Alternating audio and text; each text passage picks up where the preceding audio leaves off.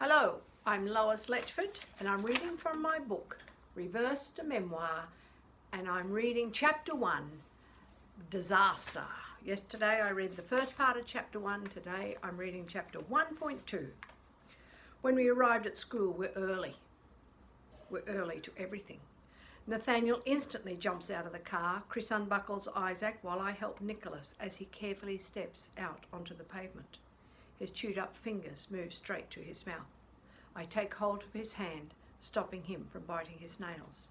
He grasps the stick insect, which now sits inside a plastic box with punctured holes for breathing, his life raft. Nathaniel, we will go to your classroom first, I say as we head along the tree-lined footpath, the concrete already shimmering, reflecting the heat of summer. Children rush beside us with their parents. Nathaniel darts ahead, crisscrossing through the crowd, while Chris carries Isaac on his hip. Nicholas and I follow, every step gaining more and more weight. Nathaniel's room is close to the entrance in a temporary building while the school completes its construction. He drops his backpack, waves hello to his new teacher and finds his friends. A simple goodbye.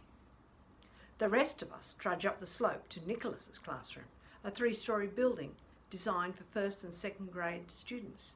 Entering the classroom, I hear the mingled noise of parents and a new grade 1 students. I smile, pretending all is okay. As Nicholas's arm stretches and he pulls away from me.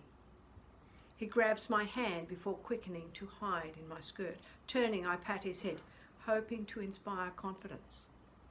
It doesn't work. Nicholas still clings to me. I'm terrified for him. My chest tightens as he continues to hide. Just this summer, at a large gathering in the park, Nicholas wandered off and didn't play or communicate with any other child. Chris removes Isaac from his hip and encourages him to wander with us. The room is painted in a bright, distracting yellow, with large windows overlooking the busy main road. Tables are in groups of 4 and 6, with students' names laminated on the desk. I squeeze between the crowds and the desk, guiding Nicholas to a spot at the back of the room. I want to be wrong. I force myself to believe Nicholas will be okay today. With Isaac in tow, Chris manoeuvres his way through the crowd, searching for Nicholas's name tag. He finds it, and without hesitation, Isaac climbs into Nicholas's chair, seemingly pleased to find a book on the desk.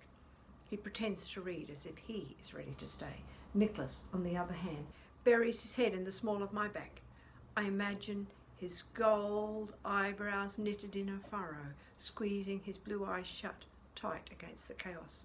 I twist around to face him, and he passes me the stick insect as his hand moves towards his mouth again. He looks like an animal on guard, all senses alert, fight or flight response primed for action. He does not want to take his seat. This is not the start I wanted. Other students appear cheerful, chatting with their parents and fellow students. Some work on puzzles while others draw. They clearly belong here.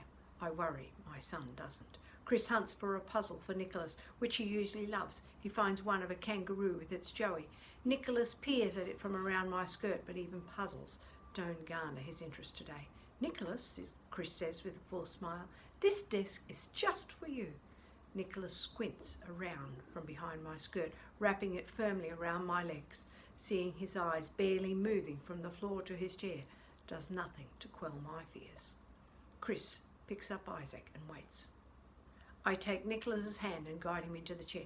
Your stick insect can spend the day with you at the table, I suggest.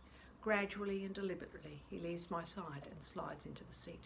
Disengaging his hand from mine is more problematic. He stares at the middle of the desk. I hope you have a great day, I whisper, kneeling beside him and patting him on the shoulder. One last farewell. Goodbye, Nicholas. His head scarcely moves. He is stoic, almost a bronze statue. Beginning my departure, I move away, but turn back to see he's still holding the same pose. That's when I see it. A solitary tear dribbles its way down his face.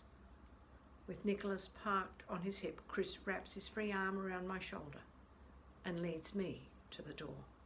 I hope we haven't abandoned him to the wolves, I whisper as we exit the room.